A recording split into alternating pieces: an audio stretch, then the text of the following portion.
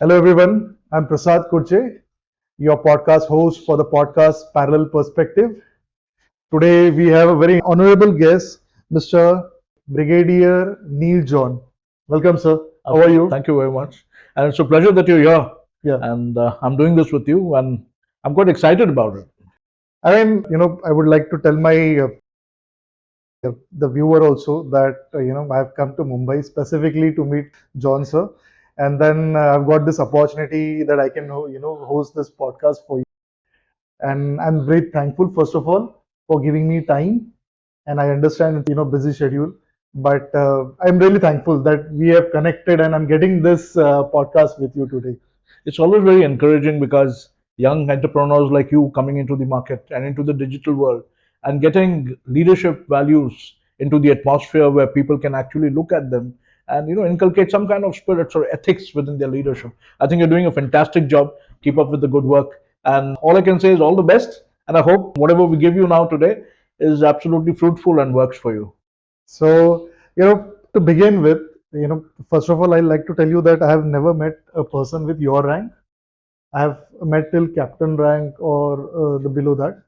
As I told you also that I have my cousins who are there into the services. Just for a viewer, can you just briefly tell me how is the rank decided and how do you start? The rank structure in the Indian Army is very distinct.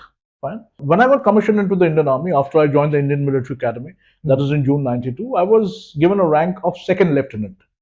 This rank no longer exists because the government of India did away with it, and now officers get promoted directly to a lieutenant's rank when they pass out from the academy, that is from the Indian Military Academy or the Officers Training Academy, which is there. And after that, after 3 years, they become a captain, and after 6 years, they become a major, and after 13 years, they become a lieutenant colonel.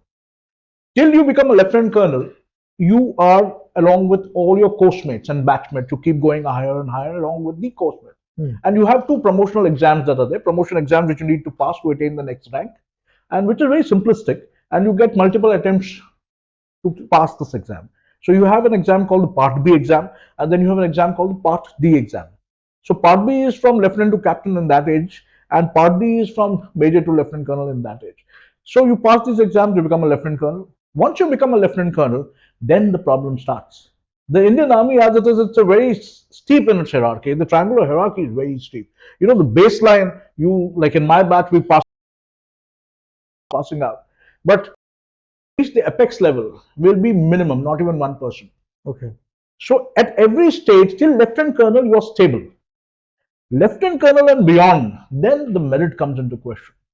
And the merit is completely based on how have you performed in your entire service, how is your officers rating procedure in the Indian Army called the annual confidential report, written by three officers who are senior to you.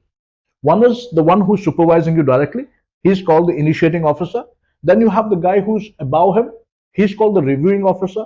And then above him, you have got the senior reviewing officer. There are three officers reviewing your entire for the year. And this is called the annual confidential report. So the first thing to get promoted from a lieutenant colonel to a colonel is your annual confidential report. You should have earned very high annual confidential reports. And believe me when I tell you, the issue is that even a single report below an excellent grade, and your chances of making it reduces by 60%. So you have to be outstanding in your, because the hierarchical is very steep, very triangular. So from a lieutenant colonel to a colonel, you have to go through something called the board. A board sits at the army headquarters. Yeah. Your profile is flashed, and there are a couple of generals, couple of brigadiers sitting there, and they read your entire portfolio is right in front of them. It's like a resume being placed in front of them. Decide whether you're capable or not capable. Your commensurate merit list, along with your course mates or those officers being considered in that board, is also flashed. So they know whether you're the first guy or the last guy. Between the first guy and the last guy, they keep reading what you have done so far, how you performed so far, what courses you have done and what gradings you have achieved, what gallantry awards you have won, what distinguished service awards you have won. Nowadays, they don't consider distinguished awards so much, but it makes a difference at the end of it all. And then in a competitive merit list, depending upon the number of vacancies that are available, you are then promoted. So you see what happens if you're 100 officers, you will find only 15 to 16 of them making it to a colonel's rank. So that means 85 officers remain a lieutenant colonel until they complete 26 years of service, where at 26 years of service, they are given a time scale promotional rank as a colonel. So they retire as colonels. Now, from the colonel to a brigadier, you have another board. Would start at lieutenant colonel's rank, then at a colonel's rank. Between the colonels and the brigadier's rank, there is a very high based merit course that takes place. That's called the higher command course. And for this higher command course, you need to be the top of the line as a colonel, having commanded your unit. Once you get selected for this course, even selection for this course puts you in the higher pedestal, in the higher bracket, that there are 90% to a brigadier. The colonel's rank and the brigadier's rank, there is about 9 to 10 years of service that is there. So the colonel's rank is the highest amount of rank for any period of time that you wear. Okay. And then you're promoted after doing your high command course. Again, a board sits down. This board is even more bigger because now, General. yes, out of the 16 colonels that I've selected, you will have only 3 to 4 brigadiers. And therefore, then they become brigadiers. I'm talking about a benchmark of 100. Right? Like in a course, you will have about 16 to 18 to 20 brigadiers. Now, from these 20 brigadiers, you have another board sitting and a course that comes in between called the National Defense College, the NDC course. If you're selected for the NDC course, that means 90% of the time you'll make it to a general, Okay. a major general. So therefore, a brigadier to general, the service difference is hardly anything. Like a colonel to a brigadier is about 10 years, 9 to 10 years. A brigadier to a lieutenant major general is hardly 2 to 3 years. And major general to lieutenant general is 2 years. Yeah. So these ranks you're holding for a very little amount of time to reach the apex level. There's only one chief of army staff and there's only one CDS. Below that, there are a certain amount of lieutenant generals that are there and there's a certain amount of major generals that are there. Anybody reaching the rank of brigadier, major general, lieutenant general are called star ranks. That means their vehicles have a flag in front, they have a star in front, and they are in the decision making and strategy and planning atmosphere of the Indian Army. If I have to tell you how difficult it is, unlike the IAS or the IFS where the parallel promotional system is there, here the hierarchical promotional system, the triangular based promotional system makes reaching a brigadier's rank, a major general's rank, a lieutenant general's ranks very difficult, very difficult. Yeah. Even the best retire as colonels. Yeah. Why? Because there is no vacancy. So while it is very wrong for people to say, a lot of times I've heard people saying that he's retired as a colonel, especially now that I'm in the corporate world. I keep telling them, a colonel is an officer which has served for 26 years in the army, gained a lot of experiences, and he is the guy who is maturely, logically handled not only his juniors, but his own course who are now above him as seniors. You see, he is the most structured, he is the most mature man in the industry that has handled both sides of the paradigm. Yeah. So the fact of the matter is that every rank in the army comes with its own experience, comes with its own leadership qualities. It all depends upon where you have served, whom you have served with, and how you have adapted to the changes that have enabled the entire content creation within your own psychological mindset.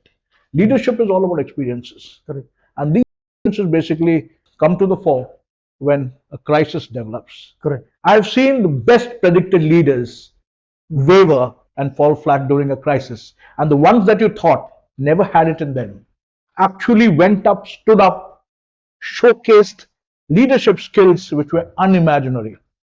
So the acts of bravado, the acts of bravery that you see up in the mountains or in the deserts or in the jungles of India, where you find officers wearing a lot of medals, it also comes with a lot of experience and opportunity. They might not be the best in the entire hierarchy, but when the opportunity came, situation demanded them to show their leadership qualities. They did it at that time, at that place, and that is why those guys wear those medals.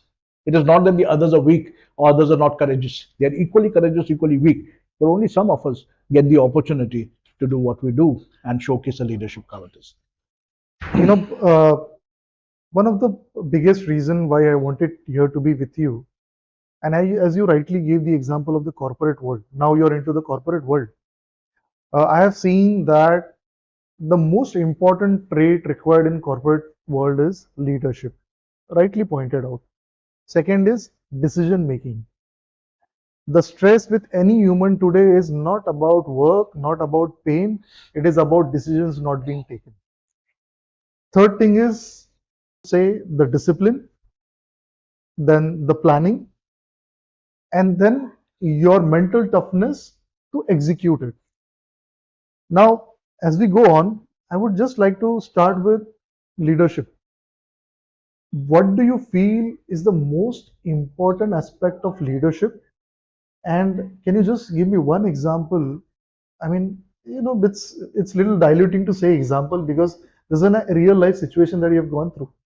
But if you can just give us the perspective that how your leadership changed the whole scenario for you. The first thing is that you brought a very valid point that leadership is what is required in the corporate world.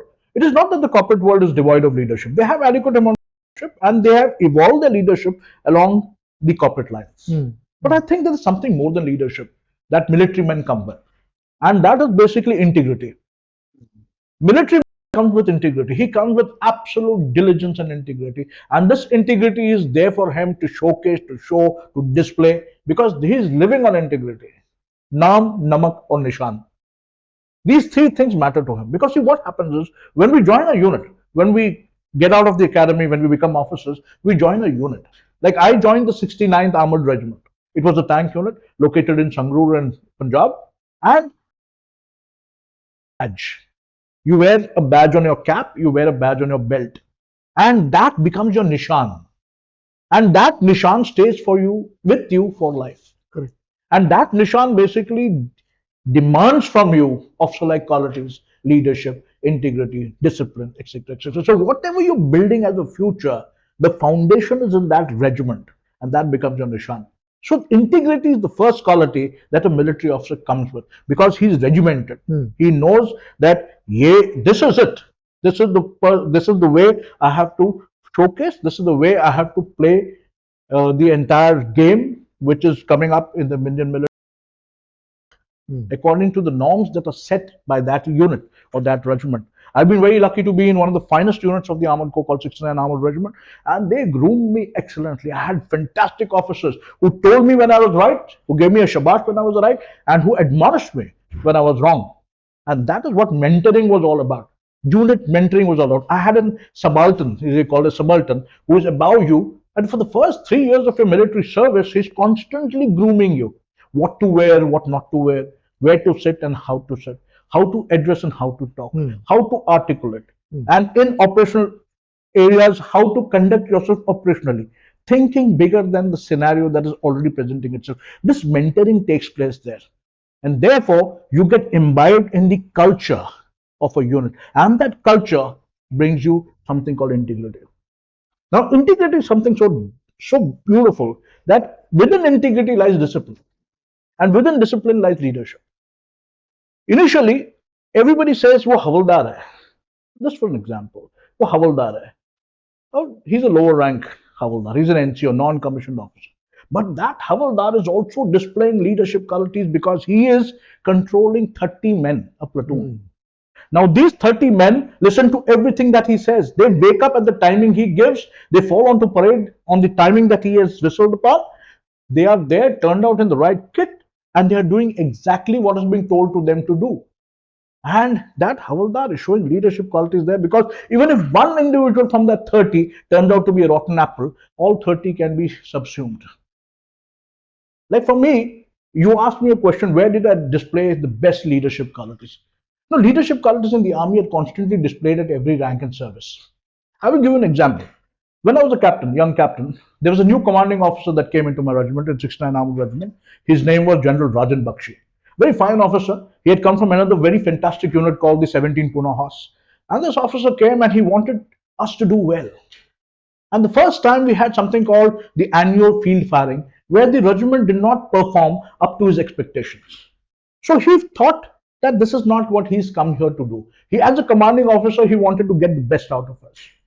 Then there was a professional competition which we have called the Recce Troop Competition or the Reconnaissance Troop Competition. The Recce Troop in an armored regiment has 7 vehicles and 21 individuals who go before the entire tanks into barren and vacant areas, into enemy areas, and try to foresee where the enemy is located, how they are located, what they are likely to do, where they are likely to move, so that our movement forward is not disturbed. So the recce troop recce's the area in front, passes the information behind, and then you keep moving ahead. Within the armored unit, the recce troop is the best units ever. Within that, it's a subunit of the entire armored regiment, the best unit ever. So after the field firing fiasco, General Rajan Bakshi knew that this professional competition was coming, and there were officers who were junior to me also, who were fitter than me, and who had resilience much more than me. He still got a conference done, and he said, who do we select as the officer to lead the recce troop? Everybody unanimously said, Neil John. I was not the fittest. I was not even what you would call the ideal recce troop leader. But he saw something in me, which I will come to later. And everybody unanimously in that conference said, Neil Johns. As a young captain, I took over the recce troop. For 1.5 months, he left me free. In Babina, there's a range called the Tunka Ranges. He gave me my tentage, he gave me my food, he gave me my vehicles, and he says, these 30 boys, he gave me extra boys and said, these are yours. Do as you please, but I want to win the competition. The baseline is, do not come back to the unit if you have not won it. And that was the baseline of the competition. So I trained, and I trained hard. I trained only because I knew that I had a huge responsibility lying on my shoulders. With no supervision, as a young captain, 24 to 25 years of age, I used to wake up at 4:30 in the morning. 5 o'clock we were running BPT, because there's this physical endurance test that you need to go through. We are running BPT. After that, we were going and firing. The amount of confidence that we got because of self-training was that in the firing range, we used to have targets. And these targets used to be 1, 2, 3 targets separated by 2 feet. We used to fire on the third target when the guy used to repair the first target, which was never done in the Indian Army. So confident, and that is the kind of confidence we garnered among ourselves. So we said, me and my boys decided we got to win. And there, as a young captain, was the first time my leadership came into the fore. Because there I made up my mind, it is going to be victory or nothing. Yeah. And then we went on to win the competition. We won every parameter of that competition. And I could see my life changing. The CEO was smiling, the officers were smiling, people were patting my back, giving me the respect which before that was never earned.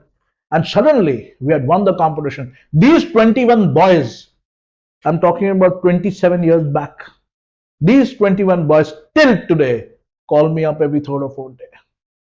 I've attended the anniversaries, I've attended the marriages. When they retired, some of them, they are happy to say one of these boys is working for me as of now. Wow. Built relationships, we committed ourselves to training, we took responsibilities and ownership, and we performed to finish of the responsibility given to us. And from that day onwards, my career graph started going, and I've never looked back. Yeah. So that was the first leadership display that I had publicly that I really. Another thing what I see with the services, and the trait which I am thinking of, working on a lot, which I feel that personally I do not, cater much. And I've seen this with 90% of the leaders also. That is mental toughness. One of the best trait that I see with servicemen is the mental toughness. Can you just, give your perspective on mental toughness? And again, I need a situation wherein, the mental toughness was really tested. Absolutely. You see, mental toughness comes with the Indian Army. The first thing, let me just go back to my young days as a civilian. Got out of college, got good marks, passed out, and I decided that I want to join the army as an army officer because I come from a family of Indian Army. So I gave the written test, and then I got selected, went for the SSB and got selected. And the first thing that happens when you join the academy is you enter into a fold which you have never imagined before. The training academy is completely different from whatever you have seen or whatever you've been exposed to. As a civilian, though I'm an army child, but the fact of the matter is when I went into the academy, I realized that these are things that I never dreamt about. What does the army do? The army in the Indian Military Academy has 3 terms: the first term, the second term, and the third term. The first term is the term where they break you. Whoever you are, whatever your background is, You might be the richest guy on earth or the poorest person on earth. Your father must be a laborer or your father must be a rickshaw driver. It doesn't matter to anyone. You might be Muslim, Sikh, Isai, nobody cares. They just get you at the same level. They break you. They make you realize that you are here for a specific purpose. And that purpose is to train to fight. And they break you. They make you do things that are unimaginable. There is an organized structure, which is the syllabus of the Indian Military Academy, which is officially perpetrated. And then you have the unorganized, which normally in colleges you will call ragging. But for us, it was never ragging, it was physical toughness. We have remained awake whole nights in the absolute winters, crawling, rolling, climbing ropes for physical endurance and physical tests. Funny things happen. Like, you see, have this exercises where you wear a huge amount of weight on your back, you carry ammunition, and you run major distances. I'm from that batch, it's called the 90 regular batch, 80 NDA batch, where we have done every exercise which is supposed to be very tough and done once in your entire term twice. And all due to all kinds of misnomers. In the second term, you have this exercise called Bhadra. You have to climb 4 to 5 mountain peaks and come down. 11 companies climbing it, a huge distance, started in the night, don't reach back. Everybody is shocked, everybody's perplexed. Where are these guys? Why aren't they reaching? And when we get back after about 18, 20, 22 hours. And then the commandant flares up and says, these guys have all shammed it out as a whole batch, we will send them again. But when we tried to tell everybody that it was not us, it was, you have to, there are these marking points, basically, checkpoints they call, and there is an instructor with his team who arrived, he marks that your weapons are okay, the manpower is okay, everybody's okay, and then he lets you go ahead. What happened was, one of the points, the instructor was sitting somewhere else. One company getting lost, 2 companies getting lost, 3 companies getting lost, doesn't matter. 11 companies getting lost, there was something obnoxious in it. This instructor himself was sitting somewhere else. But nobody complained. We came down, we were too tired and fagged out. We didn't say anything, we went back to the thing. We thought, aise hi bol rahe hain, they'll not send us again. And 1 week later, they said, back. And we did the entire exercise again, 50 to 60 kilometers of walking, climbing, running down, absolutely blisters on your feet. And that was the first time where we realized that the guys who actually behaved like they were mentally tough, the instructors used to think they're mentally tough. It is not so. That one guy, an obscure character who never performed anything, he would carry somebody else's weight. He would carry somebody else's rifle. I have lifted myself, an individual, on my back because he couldn't walk. And we have traversed a certain amount of distance. And that was one exercise where you felt it is breaking into everything of resilience your mind has ever adapted to. I thought it was over there, but it didn't get over there. The next exercise was when we were in the final term, before we become officers of the Indian Army. There is an exercise where you walk at least about 60 kilometers with larger amount of weights. And this exercise is where you keep running all the time. And we did it the first time.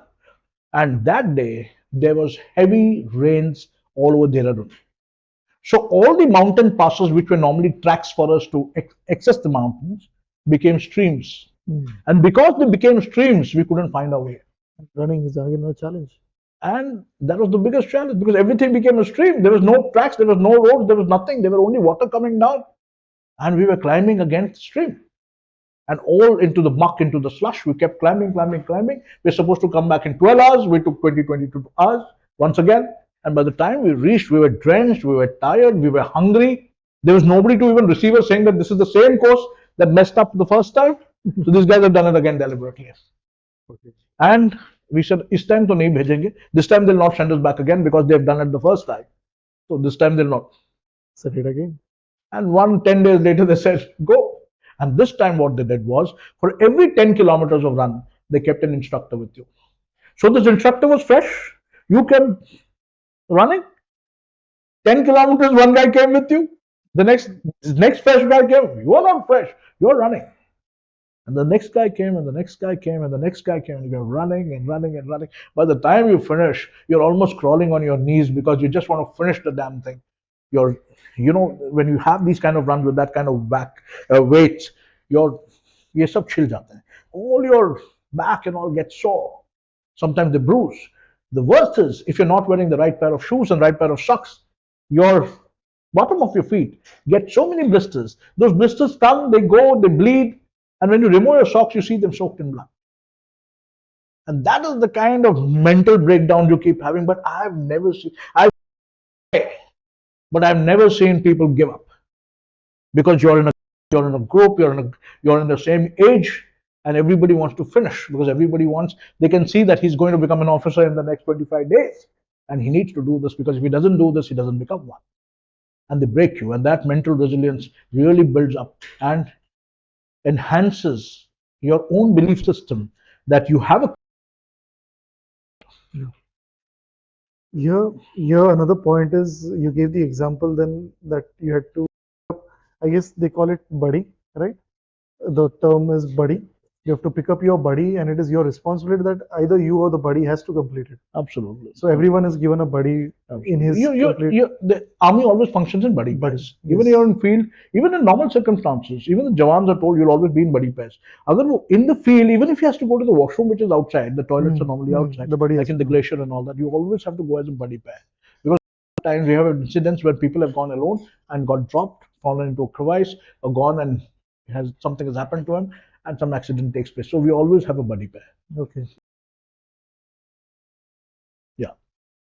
Third important aspect with your rank, what I see is, you said that the way of progression in the ranks. I see, moreover, it is not only about the experience, the wisdom, but most important trait I see is the strategy. That is which you cannot be taught, which you have to imbibe it by yourself. Yeah. Can you put a highlight on this part? Yeah, I remember a very funny incident. Maybe funny to me, but for people who are observing this, it might not be as funny. The fact is that I'm from the Armored Corps. Armored Corps is a tank regiment. And in the Indian Army, the tank regiment officers are known to have a lot of exposure, because we work in all kinds of terrain. We are there in the jungles, we are there in the mountains, we are in the deserts, we are there in the plains, we are there in the riverine terrain. So the exposure to operations is very large. And right from the beginning, in a tank regiment, a youngster is always encouraged to speak in front of whatever seniority of officers is there in front of you. And in a tank regiment, because we are deployed mostly in Rajasthan and in Haryana, in Punjab, and in southern parts of J&K, and now of course in Leh and Ladakh, and the eastern sector also. But predominantly we were in these sectors of Punjab, southern J&K, Rajasthan, and Haryana. And we used to train and exercise 7 to 8 months a year. And before an exercise, you used to have a lot of lectures that you gave to officers in English and to the men in Hindi. And then you had something called the sand models, where the entire terrain in which you're going to operate, a model was created, a simulated 3D model was created, and then you had your tanks and you had to plan your entire operation. So planning and strategy came to you right from the day you joined the army as an officer. So one such war game, I was sitting with my commanding officer. I was a very young officer, 3 years of service, and there was a general who was vociferous. He was articulate, he was smart, he was intelligent, but he had a little default in him. He was singularly defaulted in a way. He thought he was more smarter than all the others. The general always had this attitude like, okay, to this or this. So at that age, we used to keep thinking, yaar, ye kisi ki baat to he doesn't listen to anybody. He thinks that only he is right. So how are you supposed to speak? So youngsters used to never speak, knowing very well that if you open your mouth, he's going to admonish you. So he used to keep quiet. And he was not from the Armored Corps, he was from the mechanized infantry. And he was the GOC of the division. And my CO was again one of the very fine COs called General Sanjeev Langar. And later he raised up to both the Rajan Bakshi that I spoke about and Langar that I spoke about. Both went out to be Lieutenant Generals of the Indian Army. And we were sitting in the sand model, and the general was going on, and he was absolutely crucifying the colonels and the lieutenant colonels and the majors who were squadron commanders. He was actually having them on a mat. And then he said, I'm not getting the ground picture. Who can give me the ground picture? The reality of the ground picture. I had 3 years of service. And 3 to 4 years of service, I guess. General Longer looked around. She nudged one of those squadron commanders, the majors and lieutenant colonels. They didn't respond. They didn't respond. I don't blame them. I don't blame them because they are in that stage where they have to get their next report. So anything they might say might be used against them. So they didn't respond. I was sitting behind. The general looked behind and said, "Okay, Neil, stand up." I was like, "What the hell? Why me?" When these guys can't answer. And I stood up. And I stood up and I spoke for 5 minutes. And I spoke for 5 minutes. And in that 5 minutes, I explained the ground situation. I said, "Sir, I am the troop leader. I am the guy in the first tank that is entering the enemy terrain. For me, most critical is A, B, C, D, E. If you can provide me with the following, there's 1, 2, 3, 4. This is what I can do. This is what I cannot do. Here is when I will call for assistance. And this is how I will finish." I explained it in that logic. And there was pin drop silence for the next 5 minutes. And when I had finished, I could only see the entire crowd was gaping in awe.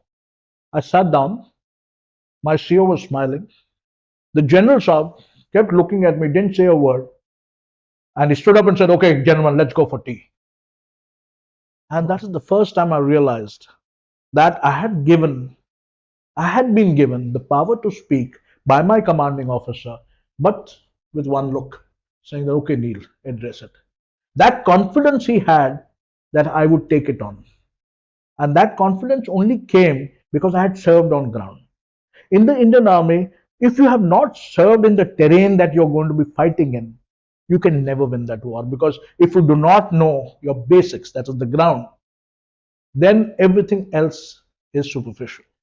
So that was the first time I realized, that strategy and planning is not only about strategy and planning. It is also about going on ground, getting back to the basics, articulating your strategy. A lot of the Indian Army officers know their beans. They know what is going to happen next. They know how it is going to pan out. But they fail at articulation. They fail at articulation because they cannot express what, and therein lies the difference between a colonel and a brigadier. So that is the subtle difference that is always there. Yeah. So when you said about strategy, one is, as you rightly said, that you have to be on field, you have to have that actual experience Absolutely. to stratify. What are the, now I'm trying to understand that what is the study also that happens at the background, the course material. I'm just little thinking on this part that now that I operate in the corporate, and I feel sometimes my strategies are not up to the mark. And then I also find the references wherein the studies what are imbibed or what are taught in your occupation. What are those studies for strategies? Okay. Which you really link and which you feel that can make difference in corporates? When we were in college, we used to have a group of friends, and they used to say, "Agar padna nahi hai, if you do not want to study in the future, get into the military, get into the Indian Army, Air Force, and Navy." And trust me, that is the biggest lie ever being told. Yeah. The amount I've studied in the Indian Army, the way if I've studied, if I would have passed an IAS exam very easily. I'm being very, very candid and frank about it. The amount of effort and study that I've put in the Indian Army, I would have easily cleared the IAS exam. Why? Firstly, as soon as you get commissioned, you do the first course called the Young Officers course. In the Young Officers course, it is equipment domain specific. Like I was a tank regiment guy. I was taught everything about a tank. Firstly, about the mechanics of a tank, radio communications of a tank, of three aspects of the tank, the computerization of the tank, and finally the tactics of the tank.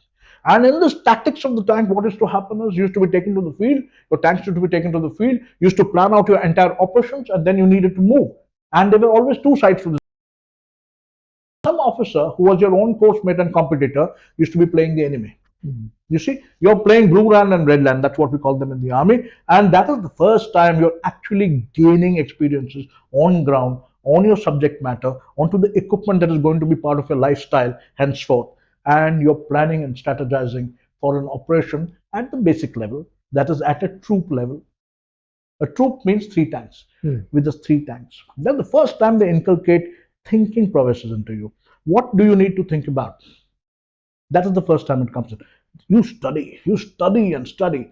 Young officers are supposed to be vibrant. They're supposed to be absolutely crazy in their entire demeanor. They're supposed to do wild things. Okay? They're supposed to do things that are unheard of. And the senior officers of the Indian Army have also gone through that stage. So everything that a young officer has done, except for criminal activities, is pardoned and forgiven. Criminal is not at all tolerated. They like you to be flamboyant. They like you to perform. They like you, like I'll tell you for an instance, there was an officer instructor who used to trouble us a lot. Your dress is not okay. So one day we got to know that he's having a party in his house. So all 44 of us who were doing the course landed up at his house, ate all his food, drank all his liquor, eat the dessert also. Nothing remained for the guests, and we walked out. So those kind of things we kept doing. Like one day we were so frustrated because they used to keep us late in the night, standing in front of the gate. We pushed the tanks and put them on the main road and went and slept. Whole night people were trying to get the tanks back. So these kind of things happen as a young officer. Yeah. But the issue is you study so hard. You study so hard because you have to perform. Your performance gives you a grading. And this grading is marked for you throughout your life. Throughout your life. So you retire with that grading. कि ये young officers course में इसने ये grading पाया था. So that is the thing. Then you graduate slowly. You get into a course called the instructor course. That instructor course comes on your specialization. Like I specialize in automotives. So they put me in a course of automotive. Went into automotives course, and you study and you study and you study and you burn midnight oil. You're studying till 2:33 in the morning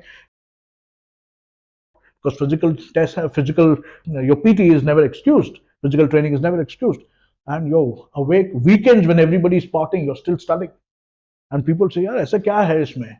The problem is you need to get a good grading, and they teach you everything about your to open a tank, how to strip a tank. What the Russian won't do, you will do. Every department, the Russian has a different instrument in a tank which they look after. In the Indian Army, it's not like that. In the Indian Army, one guy needs to know all. So we were taught everything about it. There you learned again, you studied harder and harder. And the last phase of it is moving these tanks again strategically, tactically at that.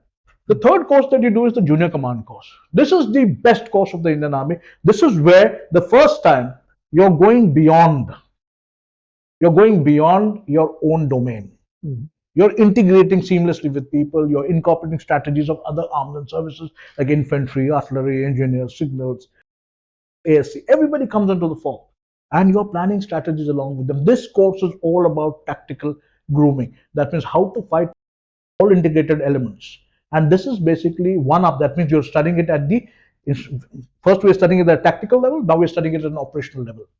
So we're studying the strategy and we're studying this operational level strategy of ours, and we're learning about it. And this course, actually, this grading in this course marks you for best of postings, including foreign postings. So therefore, people want to do very well in this course. And this is the course where I have studied the hardest.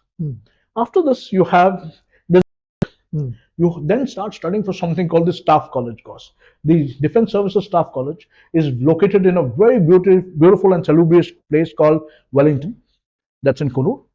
And it's an international based course. And officers from all countries come to attend this course, except, of course, China and Pakistan and all these countries. People from Bangladesh, Nepal, Brazil, Argentina, everybody's. They come there. The US, Australians, they all come to attend this course, African countries, even Saudi Arabia. And this course is the toughest course. For this course, you have to pass the entrance exam. And this entrance exam is akin to what you pass, what you give when you attempt the IS exam. You study for more than a year. There are 5 that you study for. You practice and practice and practice and writing skills, etc., etc. And there you formulate something called planning and strategy, because you're planning your time, you're planning your vision, you're planning your answers, you're planning all these things. So that constantly keeps going on. And after studying for these courses, over 3,000 officers might be giving an exam for this course. Only 292 pass.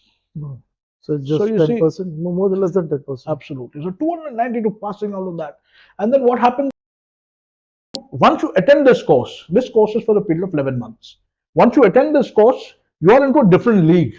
All over the Indian Army are known as, sir, ये staff college वाला officer है. यानी कि इसने staff college का रखा है, ये लंबे रेस का घोड़ा है. He is a horse that is going to be, trotting quite a bit. So the fact of the matter is that is one course that you really study for. And after that, the courses are there, but the medium of study, the intensity of the study is not so much. Then you have the senior command course where you study operational strategy. You study two up. Till now you're studying operations. Now you study strategy, higher level of operations.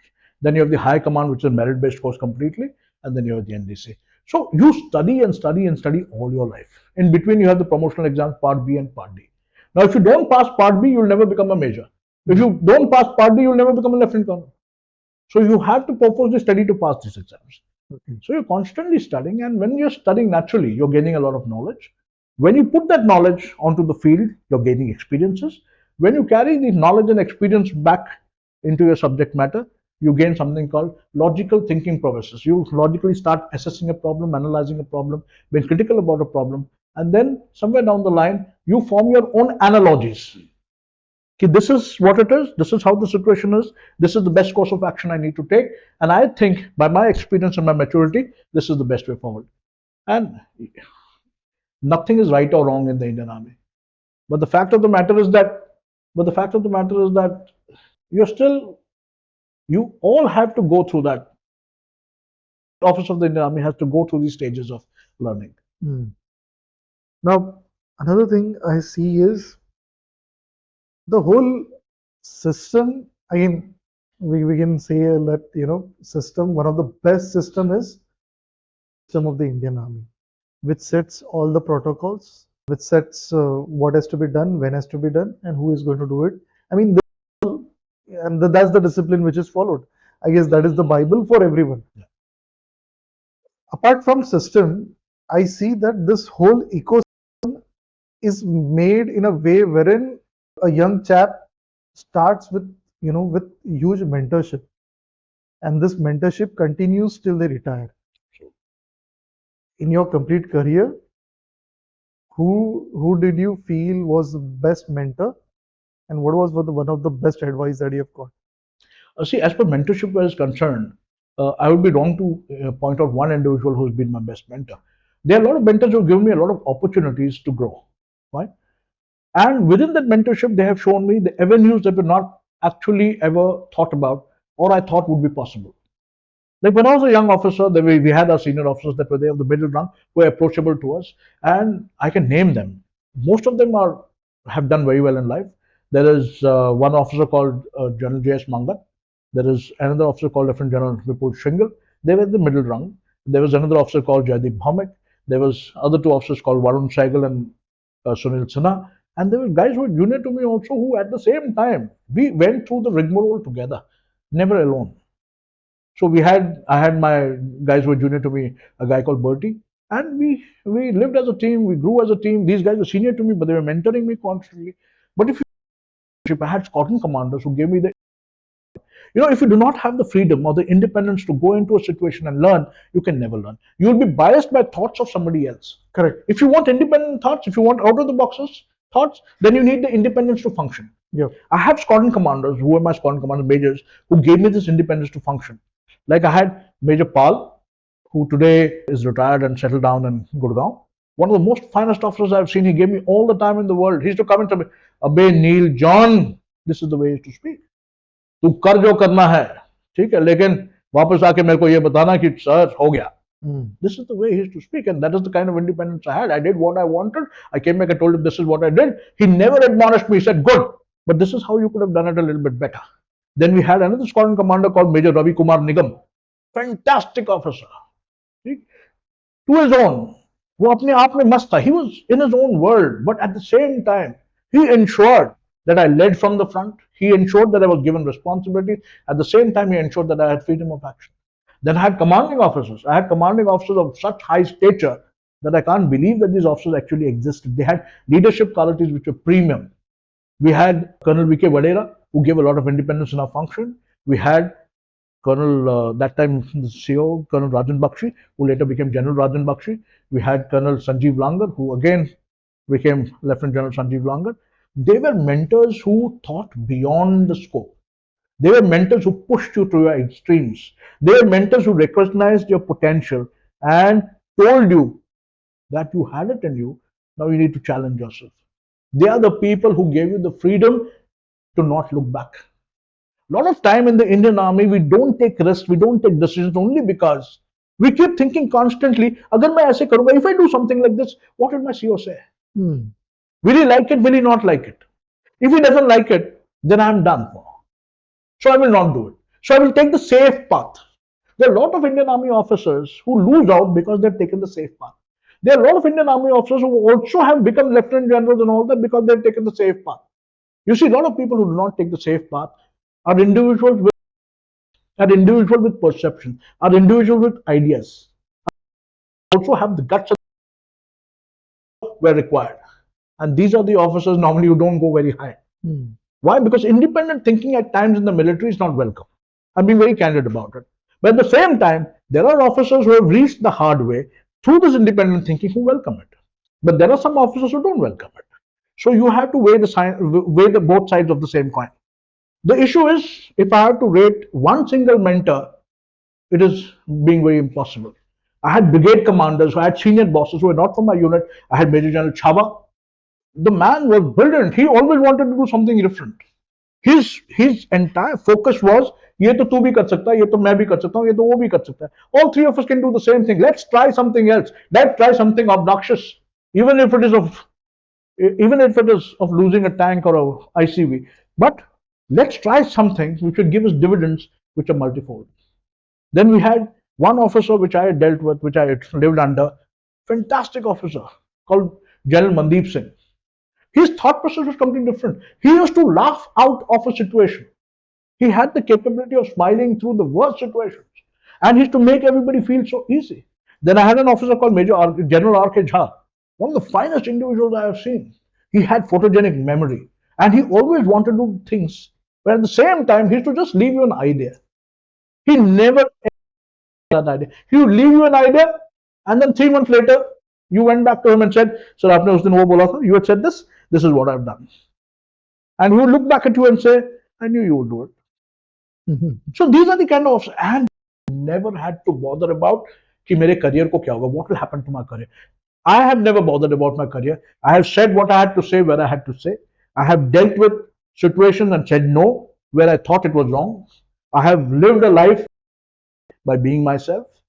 I have led my men. And today, the best part about what I have dealt in the army is the mentorship from my men, my senior havaldars, my senior JC, my troop JCO, my troop tank commanders, constantly used to tell us, give me a feedback system. When I was a major saab, when I was squadron commander, saab, ab gussa kyun hote ho? Why are you getting angry? Don't get angry. Do your work like this.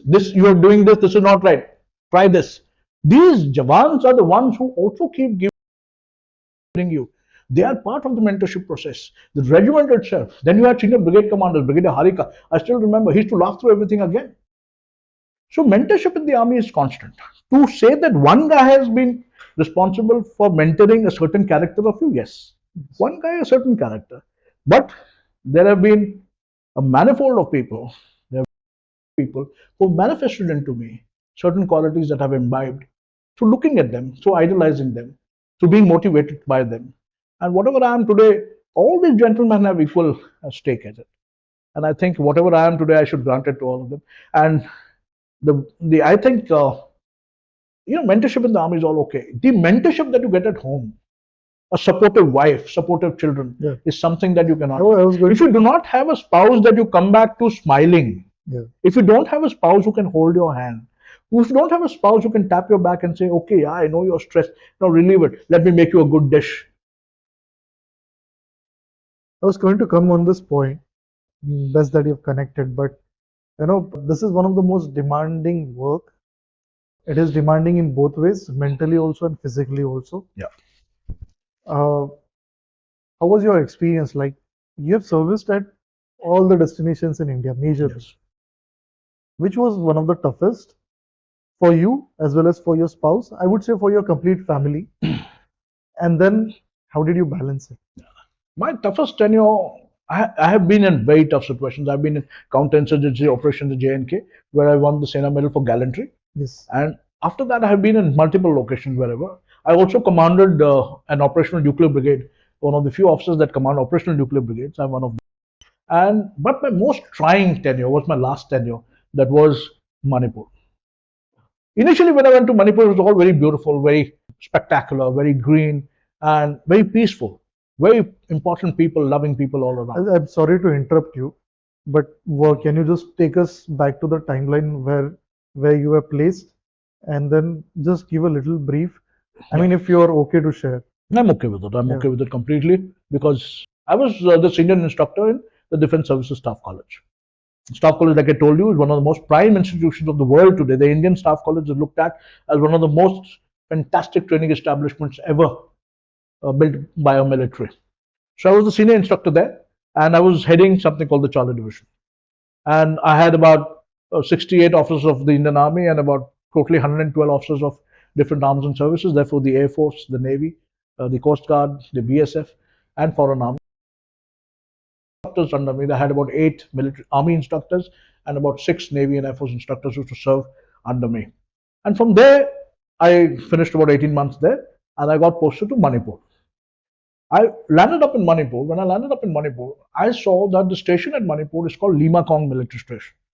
It is the headquarters of one of the divisions that are stationed in the northeast. This division, the headquarters of the division is a fortified location, which is fenced all along, and there's a boundary wall. And the accessibility to this location is only by 2 gates. In the first month, I observed something very funny. I said, we are not allowed to go outside. When outside, it was completely peaceful in Imphal.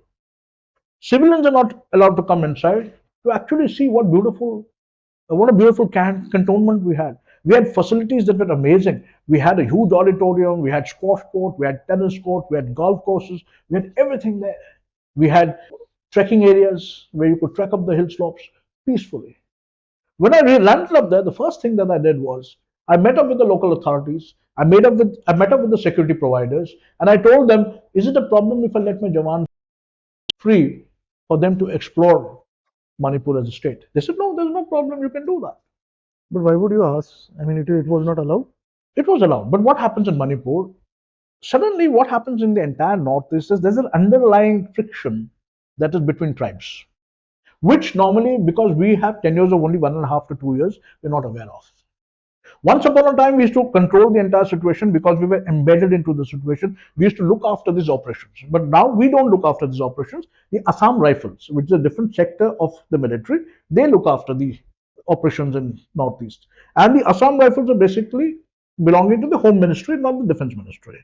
Well, the Defense Ministry people have been taken out. Now we are subdued to our cantonments and we look out for the borders only. That is the Myanmar border and the China border. We are looking at wartime frontage. So because of that, the cantonment was a closed cantonment. People were not permitted to go outside. Even to go to the airport, you had to take 2 vehicles, armed vehicles. One vehicle in front, one vehicle behind, and your vehicle in between protected. So I spoke to these guys and we became friends. We started interacting, we started liaising. The local chief. The locals, not chiefs, chiefs, villagers, police, everyone, the government officials, and we opened our gates. I said, let our Jawans go into the market. They had this Lima market. They had this. This is prior to the recent conflict Yes. that happened. Prior to the conflict. And we opened the gates. We started getting into Imphal. We used to attend music shows in Imphal. We used to go to restaurants in Imphal. The Jawans used to go for shopping to Imphal. Everything was absolutely fantastic. The civilians started coming in. They used to come with their food and they used to picnic in our cantonments. And we used to have a great time. Suddenly, one day, in the middle of nowhere, on the 3rd of May, chaos and violence broke out. And this chaos and violence that broke out was beyond the scope of realization. Neither did we realize the scope of it. Neither did the Assam Rifles realize the scope of it. Neither did the government of Manipur realize the escalation of this entire thing. And suddenly we had 2 tribes fighting each other. We had 2 tribes completely against each other. There was burning of villages happening. There was killing of people were happening. People were moving out of the houses in bulk into safer areas to defend themselves from each other. And at that time, I was officiating as the GOC, the General Officer Commanding of the division, because the GOC was a very nice man, but he was, due to some tendon tear that he had, he was at that moment of time in Calcutta. So I had to take control of the entire situation and manage the entire situation. And I've said this openly before also. The army, without waiting for orders, went into Manipur, deployed its people, rescued people, brought them to safer areas. We rescued more than 10,000 Manipuris of all kinds, without religion, without caste, without tribe. We didn't consider whatever. Anybody who needed to be rescued, we rescued it. I had all my vehicles and all my personnel in Imphal, in the surrounding towns of Bishnupur, in the surrounding towns, wherever we could go, getting people out. Getting people out from hospitals, getting people out from schools and colleges, getting people out from grounds where they had congregated together, and getting them to our cantonment. We saved more than 10,000 people. And for the next 8 days, we gave refuge to 3,500 people. These 3,500 people ate in my cantonment, slept in my cantonment, they were given medical treatment in my cantonment, and everything was open for them. And for those 8 days, my Jawans sacrificed their sleep, their lines, their food. In fact, when I told my Jawans, अभी तो ration, because all roads were closed, there was nothing coming in. I said, जितना ration है उसमें हमको चलना पड़ेगा. आपको अगर थोड़े 3-4 दिन कम भी खाना है तो आप थोड़ा देख लेना. You know what? One Sardar stood up and said, साहब जी क्या गाल कर रहे हो आप? 200 ग्राम चावल नहीं खाएंगे तो क्या हो जाएगा? ये हमारे लोग हैं, इनकी देखभाल करना हमारा काम है. These are my people, these are our people, and we got to take care of them. We took care of these people for 8 days. Today, all these communities are on everywhere. They keep thanking the 57 Mountain Division at Lima Kong. And they keep mentioning me and my team of officers for having done this valiant job. And we didn't wait for orders. We just did it. And that was the most challenging time that I had in the Indian Army, because suddenly from nowhere, we were thrown into a situation that you couldn't believe could have happened. We always thought it was peaceful. We always thought there was fun. But suddenly there was blood and gore. And we were handling it. And we handled it brilliantly. Even today, the Manipur problem is happening. Why it is happening, I don't want to get into it, because that is not into my domain. It's a political matter. The politicians need to solve it themselves. But the military and the Indian Army, the kind of work that they have done, whatever buffer zone has been created so that both these tribes don't attack each other, without biases, without having any community interest, we have stood our ground, not letting wrong happen. Whatever be your political condition, we have not allowed wrong to happen. Our brigade commanders, our company commanders, our COs have stood the line and taken a stand. Beyond this, we cannot let it happen, and we have protected thousands and thousands of people and villages from actually being subdued. So that was one of my most challenging experiences, and that is how, after doing this and seeing the kind of violence that can be perpetrated, and I've been operationally committed a lot of times, I took that decision to retire. I didn't retire, I just wanted to try something new, and I got this opportunity today, which I have, and then I decided to leave. And I left at a high. At an operational high. I told my wife, when I leave the army, I want to leave it on a high. And I don't want to leave it as a normal human being. So I left it as a high. Even today, I get so many calls from Manipur. I get people wanting me to come and be part of the resettlement strategy of Manipur. I just keep saying, guys, now it is for you to handle it. I'm in Mumbai. Let me just, at least for a year or two, enjoy this kind of lifestyle that I have chosen for myself. Is it possible for the servicemen to go back after the retirement? Of course, if the government of India, not as army officers, but you see what is going to happen in Manipur, there will be a committee which will be formed to get both the tribes together, to get normalcy and peace. There is no normalcy and peace. The valley today, which is the plain area, what I understood on the overview, because it's all, I generally don't get into the political biases and I don't read a lot, but whatever I've read and listened, the clashes or the civil war that is going on between the two communities or the tribes is basically for the piece of land. One is a community that stays on the flat land, and one is the community that is located more on the terrains or the mountain side. Is it correct? Yeah. This is the. See, I will not get into why the problem actually stood up, but what you're saying is very true. There are two communities that are at war with each other, but there are different communities in Manipur that are not at war with anyone. You have the Nepalese that are there, you have the Nagas that are there, you have the other Hindus that are there, they're the Muslims, Manipuri Muslims that are there. They're not at war with anyone. They don't take sides at all. The war is between two communities, that is the Kuki community, that believes that all the hills belong to them. Therefore, if the government gets any objectivity or any kind of development to the hills, they should be part of the development process. While the Maitris say, you Kukis live in the hills, but you are running businesses in the plains. You have villages in the plains. So if the hills belong to you, why are you in the plains? So therefore, the entire rift. So that what he's saying is very true.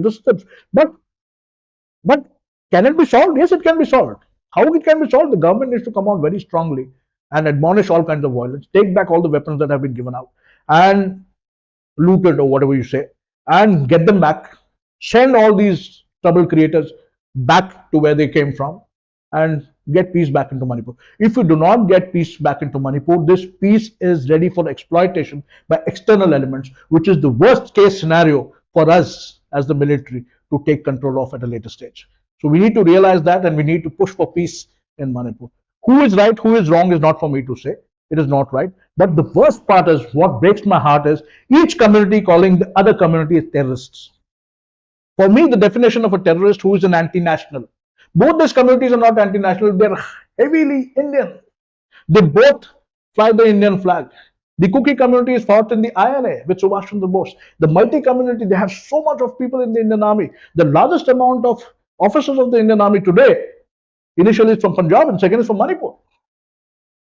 And these two communities, who are actually solid Indian communities and they're not outsiders, they are fighting each other and calling each other terrorists. And civilians like you and me today, everywhere, who keep commenting without knowing the truth, call them Kuki terrorists, Mighty terrorists. None of these men are terrorists. They are just misled youth. We need to get them back to the drawing board, sit down with them, tell them enough is enough, even if it is by the use of force, and get the situation back to normalcy.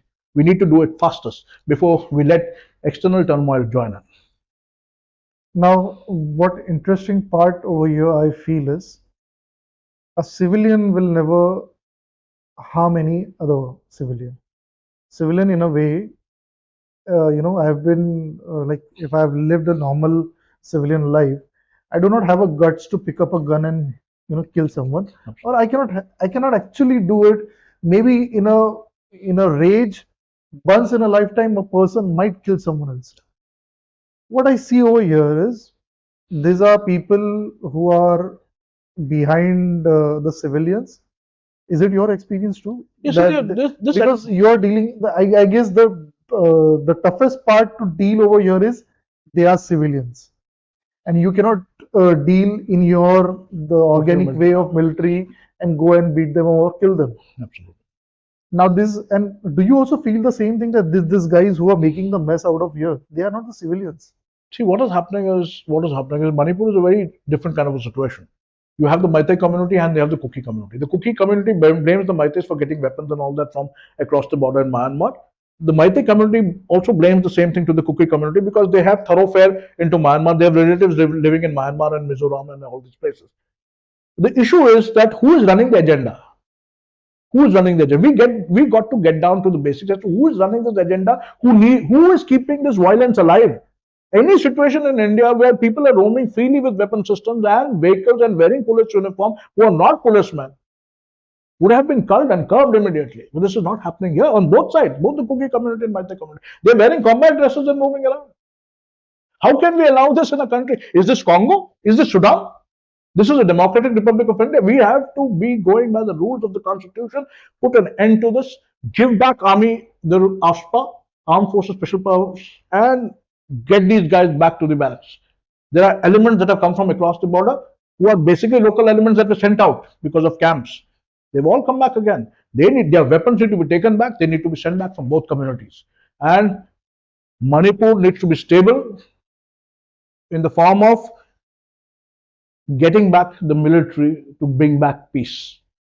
And they have to set up a huge committee to talk to all the tribal leaders so that a certain amount of arrangements can be made. Now, the Kukis want an autonomous region for Kukis. If the Indian government starts doing this, then every little sector in India will start asking for the same, which is not probable. Yes. Within the parameters of having Manipur as a state, keeping the identity of the state, we need to come to a middle point of understanding. And that needs to be done now. The violence has been more than a year. It's time that we stop. It's still going on. Yeah, still going on. Now it's even caught up even more. And I can understand. I mean, being an officer or being there on field, this is as a humanitarian, you must be feeling really bad that, I mean, they are civilians. What do you feel? Is it easy to deal with a civilian or an enemy at across the border? Yes, you see, the Indian Army is trained for war, right? You have the BSF, the CRPF, the ITBP, the Industrial Security Force, etc., who are trained to take care of internal security measures. Like all these disturbances that take place, CRPF now should be taking prime role in this. But unfortunately, Indian Army always happens to be the first and the last responders. Because we are located everywhere, we are the people who forget Everything else, we do not wait for people to call us. We get into the entire area because we want peace to be maintained. These are our people. We do not want violence to be going in. So we get into the situation and try to solve it. Leadership comes to the fore there. Your question is very, very nice. As to these communities that are there, that are fighting each other in Manipur. If you go to the background of it as to why they're fighting, historically, each of them is trying to prove the other wrong. Correct. And for me, is it easy to deal with civilians uh, or just enemy out across the border? Of course, enemy across the border is much simpler because you know that he's the enemy and you know that you do not have any other orders except to bring him down. But in case he's a civilian and he's in your own country and he's your people, he wears the same, he flies the same flag, it becomes totally a question mark as to fire kholna hai ki nahi kholna hai. Even if he's being violent, there are people in Manipur who are violent, carrying machetes and dars, attacking people. Should you fire or should you not fire? Who gives the orders for firing? Do you just start firing? No, you can't, because the armed forces special powers are not there. And to handle your own civilians, you will think 10 times. Not only because he's our own people, that he's flying our own flag, but also because there's something called human rights violations. You take an action, and when the opposite side later in retrospective say this action was not commensurate with the kind of aggressiveness this civilian showed, and you could have tried other means of convincing them instead of firing and killing him, then you are a big question mark. You get involved in human rights violations, and then they say that your actions were not commensurate to the aggressiveness, and then you are charged under the Indian criminal law. Plus, understanding that you have been trained whole life to react. Fight an enemy, yeah. Yeah. We are basically a defensive army. Correct. You see? We keep saying the Indian Defence Forces. We never say Indian Attack Forces. Right. Right? So we are there to maintain peace. We are never the perpetrators of the war. We are never proactive. We are never preemptive. We always react, like you said. In the same case, when IS duties take place, when violence like this takes place, in areas where violence never happened in this manner before. Violence happened in Manipur before also, but this time it was never predicted because everything in Manipur was fantastic. There was a Shanghai festival that took place for 10 days. Beautiful festival. We all went there. We saw the band Michael Lurk's to rock come and play. And then we had the Miss India. Me and my spouse went and witnessed the entire thing. And it was beautiful. And progress and development was happening everywhere. And suddenly this conflict broke out. The background to this conflict and all is a different matter. Yeah. But what I need to say is that when it is your people that you're addressing as the military, you're always very cautious. Very, very cautious, because his brother, his sister, his mother is also an Indian. Maybe you are pointing a rifle to another civilian whose brother is serving in the bureaucracy in Delhi, or is an army officer or an army jawan somewhere. So these are all our people. Yeah. So therefore, fighting them or getting them under command and control, you need special training, and that the Indian Army doesn't train for. We get in there, we get in with force, we break both the sides, bring in a little bit of peace, and then we hand it over back to the civilian authorities. That's our role, and that's what we do. Apart from this Manipur situation, I mean, your service has been huge. Did you feel anywhere else also in India you face similar situation? J&K, I understand, but J&K now it has diluted a lot. Do you feel the same? Is it diluted See, now? J&K, again, this comes into the complete political domain after Article 370, what happened. As an army officer, so this is purely perspective. Yeah, so as an army officer, the army does the same job that we were doing before. We are dominating our areas of responsibility. We are showing military presence, gaining intelligence.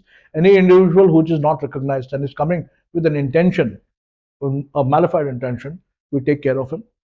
These guys are called terrorists if they are from across the border, and we deal with them adequately the way we are taught to do so. Has anything changed after Article 370? I do not know, because I have not been to J&K after that. But operations are still going on, killings are still going on, ambushes are still going on. Violence has been seen in the last 1 month or so after the elections. So is everything okay? No, it's not okay. J&K can never be okay. J&K can never be okay until the adversary on our east, on our west, doesn't behave himself. And for them, J&K is a priority agenda if the army wants to stay relevant. If the Pakistani army wants to stay relevant, J&K, they have to keep J&K boiling, because they are showing only losses in Sindh and Balochistan. So the only place where they can actually threaten India or where they can pick India is J&K. So they have to keep J&K alive for the army to stay in prominence in Pakistan. So this problem is never going to solve itself. Yes, the civil life must have improved quite a bit because I see a lot of civilian movement, tourist movement in J&K, and that part has made a lot of difference. I'm sure. So you have served in one of the most, what you say, coldest region. You have served in one of the region where it has rained a lot. The terrains, I would say, in multiple geographical location. Which was one of the location that you said, you feel that you miss the most? I miss the most. I miss the sand of Rajasthan the most because Rajasthan has got a romanticism of its own. We are from the tank armies. The tanks used to move, and every time it used to be hot. We used to be there in the month of May, and the temperatures used to go to 50 degrees centigrade, burning. You could fry an egg on a tank, and it's the truth. You just put a little oil, break an egg, the egg would get fried. That was the kind of heat that was there. And every time our tanks moved, the first thing when the exercise stopped, we searched for some shade. We put ourselves under the shade. But the evenings in Rajasthan are absolutely romantic, absolutely beautiful. Uh, Very peaceful. Very peaceful. There are no people, absolutely serene, fresh winds blowing, cool. And then the glistening of the sand upon the dunes, seeing the sunset. I think nothing can beat that. I don't drink, I'm a teetotaler. I have always been a teetotaler all my life. Wow. There are two things that I haven't done, smoking and drinking. But I have postmates, I had friends, I had tanksmen. We used to go occupy a dune, sit there for hours waiting for the sun to set. They with the beer bottles, with my coke. And we had the mess, of course, who used to get us some burgers or something like that and watch the sunset with some light music going around. I miss Rajasthan the most. I think one of the most beautiful places to be with. If in your entire mindset you want to find a little bit of peace, and peace is a factor of visibility, I think Rajasthan is it. And for your spouse and the family? For my spouse and family, my wife loved Mathura. Mathura. Yeah, surprisingly, if you ask her which is her best military station that she ever lived in, she says Mathura. Okay. Why? Because Mathura had its own charm. It was green, it was hot, it was cold, it had temples all around, and Delhi was close. And the best friends that we ever had were in Mathura. And Mathura, I was in a job where I could only want to say yes to people. I was a Colonel Quartermaster General there, and my only aim in life was to do work positively. So anybody who came to me, the answer used to be yes. And then it was the same for her. And both of us together, I think we enjoyed Mathura a lot. For her, it is Mathura. For me, if I have to say the best station of my life, the best friends that I made in my life, military friends, was in Manipur. And what your kids say? My kids, they love Mao. Yeah. There's a place called Mao near Indore, where there's the Army War College there. I was posted there as instructor. So they love Mao because they Mao. have MHOW, Mao. Okay. So that place, my kids love a lot because they had a lot of friends there, a lot of kids there of their Where own is age. this located in? This is near Indore. Near Indore. Yeah. Mao is a huge military station which deals only with officers training. And they have three huge institutes of the Indian Army there. They have the Army War College, they have the MCEME, that is the School of Engineering, that is for the signals officers, and then they have the Infantry Training School, the combat school there. So these three schools are in Mao. So this officer oriented, a lot of kids of their age, nice playing facilities, nice cycling facilities, a lot of groups. The Army Club there also is very vibrant. The veteran community is very vibrant. So I think my kids love Mao the most. Do you feel that, the point that you had already put, that for any defense service personnel, one of the most important aspect is their spouse and the family for the mental At health? the end of the day, you got to come back home, right? Lots of times, we in the defense people stay without our families. We have not attended marriages, we have not attended anniversaries, we have not attended deaths, and we have missed out on multiple occasions. The only thing that is close to you is your family. So in the evening, in the afternoon, when you come back, you need to see a smiling wife. You need to see your children happy and frolicking, playing. You need to see your pets. You see my lab is lying here. Yeah. And the fact of the matter is you need to come to a happy environment. And the spouse and the children adapt. And hats off to you. Like I told you, this podcast you're doing with the wrong guy. You should be doing it with my spouse. Because the experiences that she has. We have that already planned because, I found it very interesting. Changing schools. 13 schools, changing stations, making new friends. So challenging. Just think about yourself in Mumbai changing house every year. It is not possible. So many breakages. Your heart breaks leaving people. You make friends, you leave friends. Some friends you keep for life. Schools, they are now alumni of so many schools. I keep telling them, see the positivity of it all. But the fact is, every time the modus of teaching is changing, the schools are changing, the syllabus is changing, the culture is changing. Just imagine, from Belgaum they go to Rajasthan, from Rajasthan they go to Manipur, from Manipur I had to put them in hostels because I couldn't take them there. So in Rajasthan they were in hostels, in Manipur they were in hostels. So I've lived without them for a lot of my life. But at the same time, I know when I get back home, I have a happy family. They are content, and I'm content looking at them, and they bring me peace. Yeah. And that's most important. Great.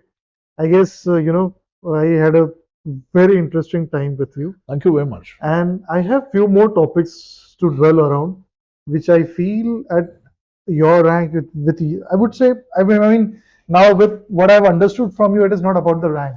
It's about the service. Absolutely. And then I would say the wisdom that you have carried.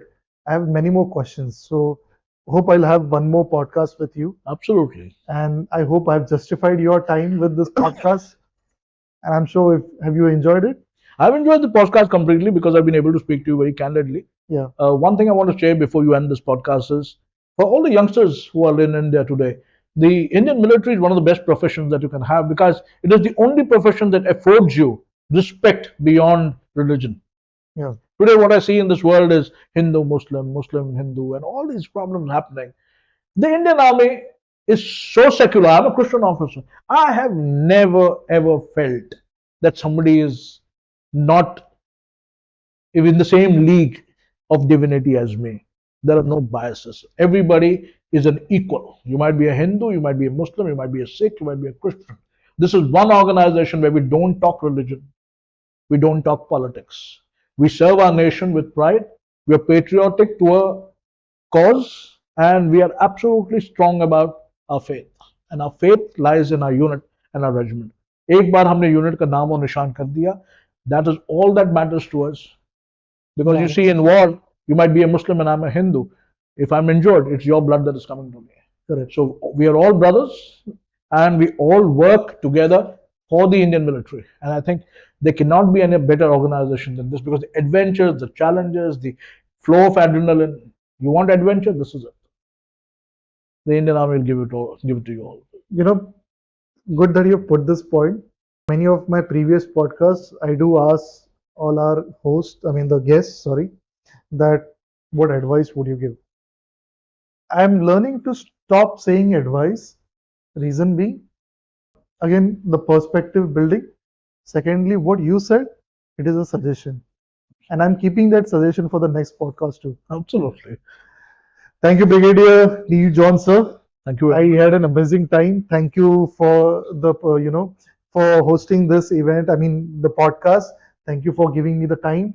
And I wish I again have. Yes. Yeah, of course. Thank you very much. Thank you, sir. And thank you. We'll do what were you saying once again. Yes, thank you very much. Thank you very much. Jai Hind. Jai Hind. I thank my viewers also to watch this episode and hope we'll have some more in the future. Thank you, sir. We do too. Thank you. See you.